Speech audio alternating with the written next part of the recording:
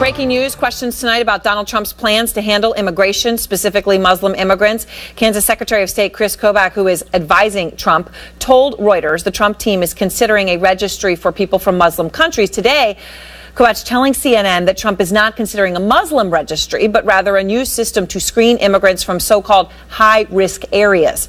Our Justice correspondent Pamela Brown is out front. And Pamela, I guess this is the crucial question here because semantics can get in the way of the bottom line. Is there really a difference between a Muslim registry and a system to screen immigrants from high-risk countries related to terrorism?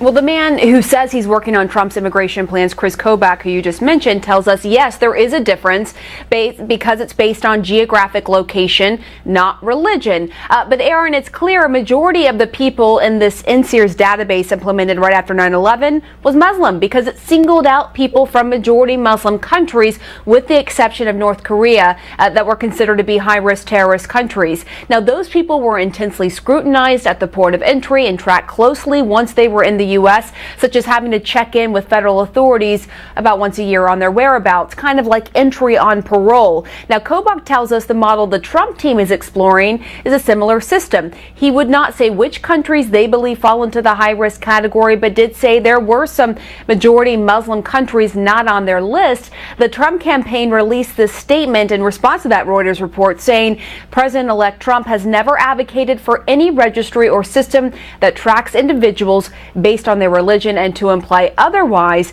is completely false. But as we know, Aaron, candidate Trump did indeed advocate for a Muslim registry, saying that would be something he would implement. The statement saying President-elect Trump has not advocated for that. Aaron? So Pam, there was a system, as you mentioned, after 9/11 that went all the way through part of President Obama's tenure and was then removed. And you're saying what they're looking at is something similar to that. Was that system effective?